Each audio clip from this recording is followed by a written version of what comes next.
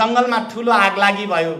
जंगलको राजा सिंहले emergency meeting call गर्यो, आपतकालीन बैठक बोलायो।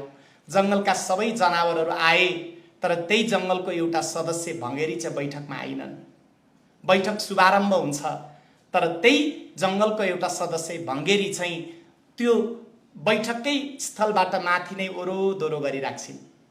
जंगलको राजालाई नराम्रो लाग्छ, जंगल जलेर सखा भएको छ, अब के खाने कहाँ बस्ने अत्तो पत्तो छैन, त्यसैका लागि बैठक बसिरहेको छ। तर त्यही जंगलको एउटा जिम्मेवार भङ्गेरी चाहिँ ओरोदोरो गरिराख्छे। अनि जंगलको राजा सिंहले भङ्गेरीलाई भन्छ, हे भङ्गेरी, तिमी बैठकमा आउनु पर्दैन के, तिमी यो जंगलको सदस्य होइन? भङ्गेरीले भन्छन्, तपाईँ बुद्धिजीवीहरू बैठक बसेर बुद्धि विलास गर्दै गर्नुहोला। तपाईँ बुद्धिजीवीहरू बैठक बसेर बुद्धि विलास गर्दै गर्नुहोला। म यो जंगलका एउटा जिम्मेवार सदस्य हुँ।